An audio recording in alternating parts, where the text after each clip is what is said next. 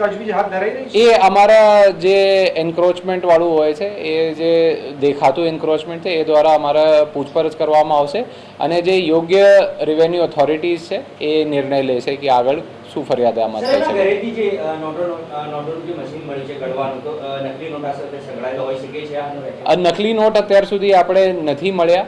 એમાં એ લોકો જે પાર્કિંગના પૈસા કે બીજા ઝોપડાનો એ પૈસા ઉઘરાવતા હતા એ લોકોની કાઉન્ટિંગ માટે એમના જે છોકરાની પૂછપરછ કરવા માટે એમાં આપણે ધ્યાન ઉપર આવેલું છે, જેમાં 9 લાખથી ઉપર રૂપિયા અને આશરે લગભગ 250 ગ્રામની આજુબાજુ સોનું દાગીના મળ્યા છે અને ઘણા બધા રેકોર્ડ્સ, ડાયરીઝ, બીજા પુરાવો મળ્યા છે અને એમની તપાસ અમે કરી રહ્યા છીએ.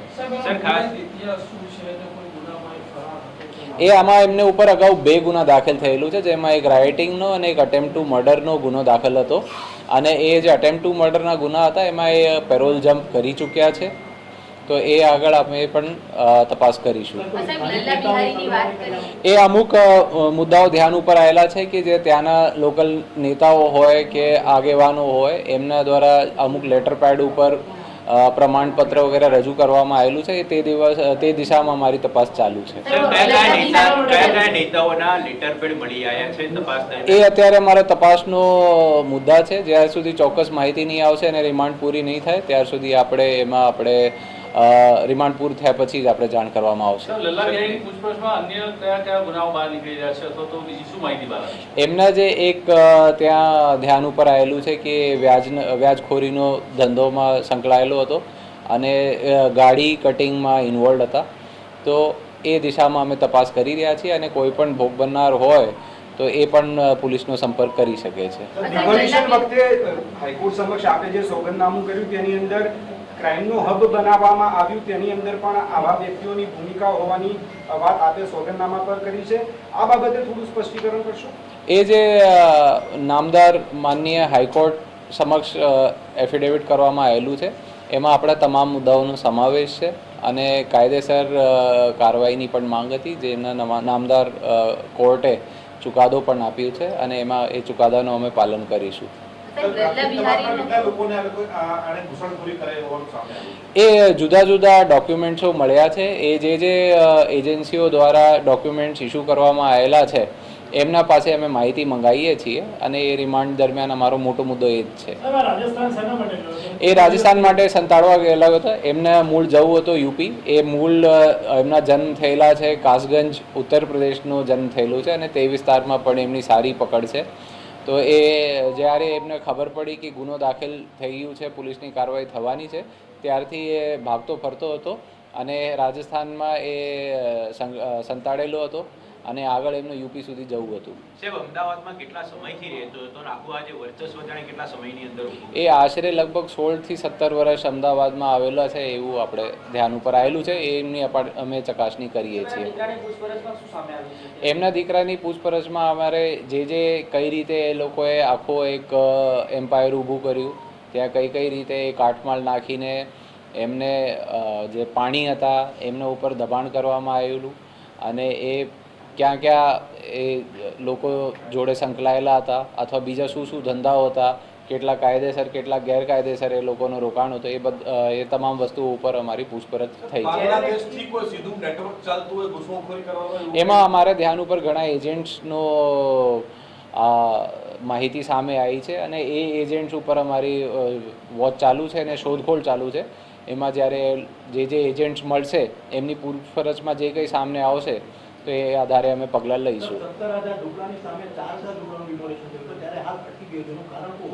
અત્યારે જે આપણે ડેમોલિશનનું કામ ચાલુ છે અને એ જે યોગ્ય જે કોમ્પિટન્ટ ઓથોરિટી છે એમના દ્વારા નિર્ણય લેવામાં આવશે અને કામ અટક્યું કે બંધ થયું હોય એ નથી અને જે કોમ્પિટન્ટ ઓથોરિટીઝ નક્કી કરશે એ પ્રમાણે પગલાં લેવામાં આવશે.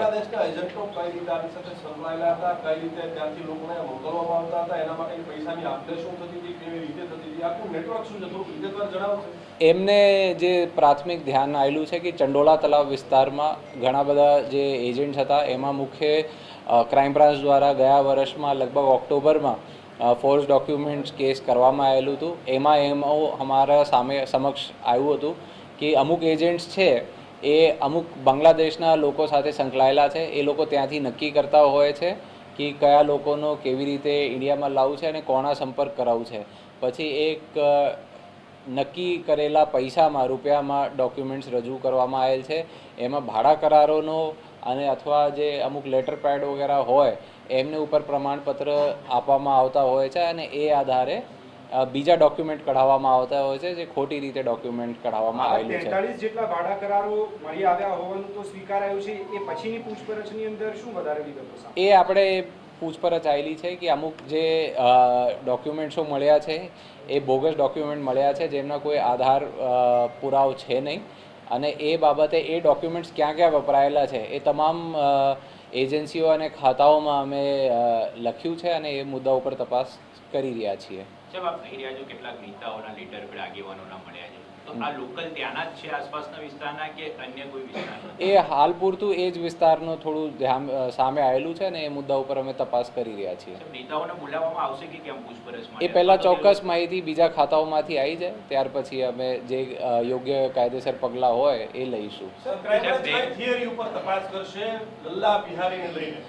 લલ્લા બિહારીના જે આખું સામ્રાજ્ય હતો એ કઈ રીતે ઊભો કરવામાં આવેલું હતું અને એ સામ્રાજ્યથી કોને કોને નફો ફાયદો થયું છે અને એ પૈસા એમને ક્યાં ક્યાં વાપર્યા છે, જે ગેરકાયદેસર રીતે એમની કમાણી હતી અને જે કમાણીના સાથ સાથે દબાણ કર્યું હતું એમના ઉપર અમે પગલાં લઈશું. સાહેબ, ગુનો ઇલેક્ટ્રિસિટી એક્ટ હેઠળ નોંધાયો છે. આ બધા મુદ્દાઓ માટે કોઈ અલગથી એફઆઈઆર કરવામાં આવશે કે કયા પ્રકારની કાર્યવાહી? જે ગુના છે એ ફક્ત ઇલેક્ટ્રિસિટી એક્ટ નથી. ઇલેક્ટ્રિસિટી એક્ટ તો એક વન ઓફ ધી સેક્શન્સ છે.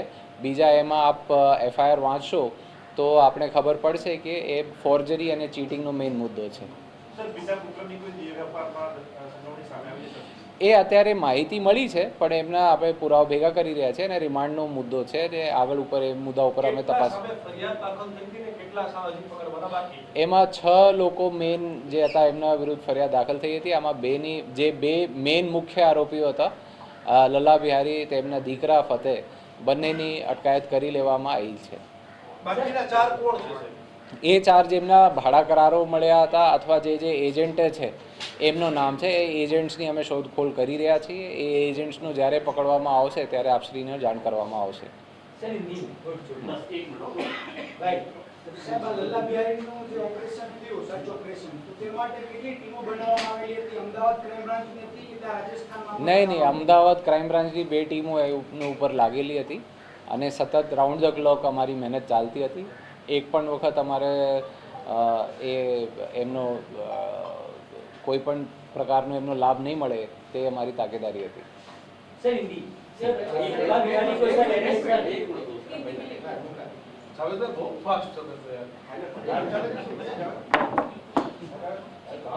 ચલો રેડી હિન્દી રોજ